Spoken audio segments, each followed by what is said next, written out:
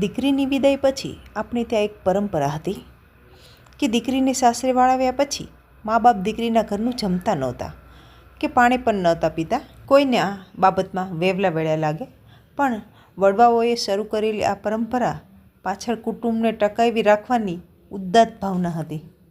દીકરીના ઘરનું ના જમવું એવું નથી, પણ જ્યાં સુધી દીકરીને ત્યાં સંતાન ન થાય ત્યાં સુધી દીકરીના ઘરનું ન જમવું એવી શાસ્ત્રોની આજ્ઞા છે. દીકરી જ્યારે પરણીને સાસરે જાય ત્યારે પિયરિયા જેવું જ વાતાવરણ સાસરિયામાં ન હોય તે સ્વાભાવિક છે. નવી પરણેલી દીકરી શરૂઆતમાં સાસરીએ થોડી અકળાતી હોય છે. આ સમય દરમિયાન માતા પિતા મળવા માટે આવે એટલે દીકરી સાસરિયાની બધી વાતો કરે અને દીકરીને દુઃખી જોઈ મા બાપનું હૈયું ભરાઈ આવે. શક્ય છે કે મા બાપ અને દીકરી વચ્ચેનો વાર્તાલાપ દીકરીનું ઘણીવાર ઘર તોડવામાં નિમિત્ત બનતું હોય છે. આવું ન બનવા દેવું હોય તો મા બાપ અમુક સમય સુધી દીકરીને ન મળે એવું કંઈક કરવું પડે. દીકરીના ઘરનું જમવાની અને પાણી પીવાની જ મનાઈ કરવામાં આવે તો મા બાપ દીકરીને મળવા જાય જ નહીં, અને જાય તો પણ લાંબુ રોકાય જ નહીં. એકાદ વર્ષ પછી દીકરીને ત્યાં સંતાન જન્મે પછી મા બાપ એના ઘરનું જમી શકે.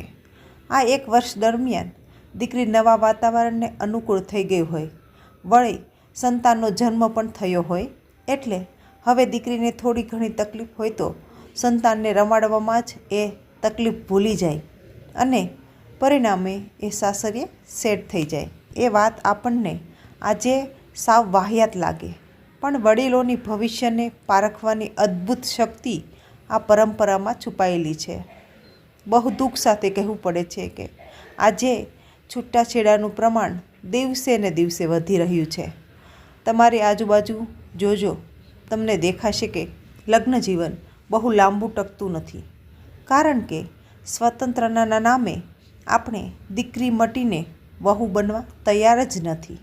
સ્ત્રીની સ્વતંત્રતા જળવાવી જ જોઈએ, પણ દીકરી અને વહુ વચ્ચેના ફરકની પણ એને ખબર હોવી જ જોઈએ.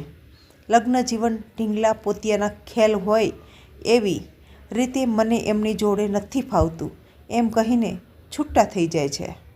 યાદ રાખજો, જે ઘરમાં મા બાપ દીકરી વચ્ચે લગ્ન પછી લાંબી લાંબી વાતો થતી હોય ત્યાં દીકરીની પિયરમાં પરત આવવાની પૂરી શક્યતા છે. દીકરીને વહાલ જરૂર કરીએ, પણ એટલું વહાલ ન કરવું કે એનું ઘર ભાંગી જાય.